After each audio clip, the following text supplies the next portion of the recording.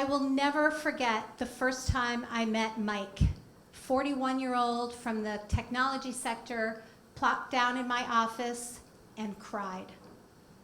Mike said that his brain was foggy, that he couldn't sleep at night, that he was starting to lash out at his team. Mike was a mess.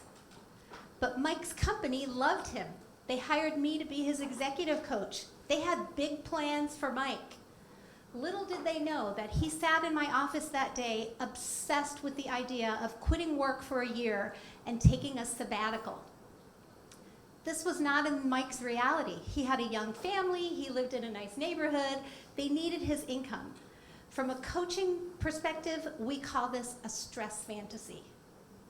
But what Mike was really experiencing that he didn't realize and his company didn't realize was that he was professionally burned out.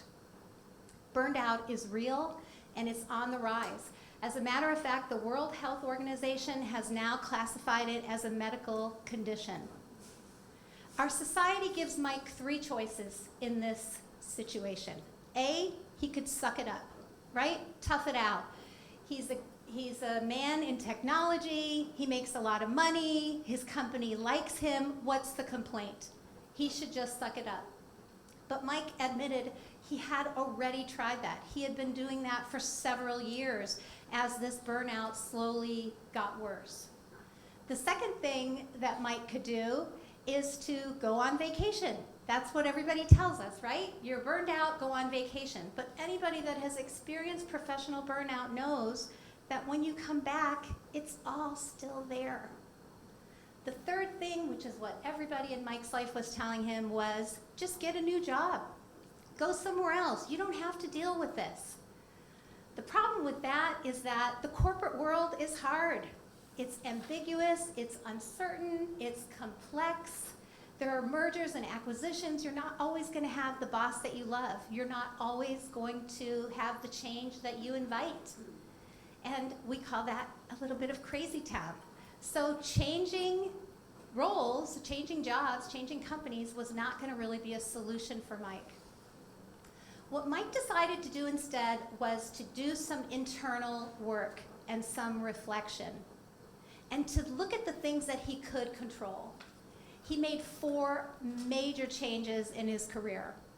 The first was that he dealt with his stress. It turns out that Mike was not really consuming real food and was having 5 lattes a day. But on a deeper level, he also had a lot of what we call career baggage. He was carrying around hurts and humiliations from the past, and they were going with him like a cloud, a black cloud, into every situation that he went into at work. The second thing Mike worked on was his career superpower. He discovered what his strengths are, what's unique about him, most important, what problems he loved to solve.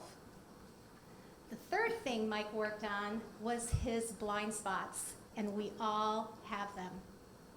Mike is a great guy. He loves his team, but he was terrible at delegation. So he ended up doing everything himself and then resenting it. He was also not very good at dealing with conflict. So Mike worked on those aspects. The last thing Mike worked on was activating his network. Like most professionals, he had his head down.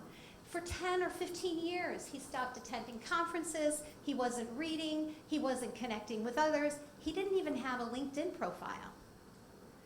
Once he was able to lift his head and really activate his network, that ended up activating his brain, which is one of the best solutions for burnout. In the end, Mike did not quit his job for a year. He was promoted, and he felt a lot more agency and personal control over his career and his destiny.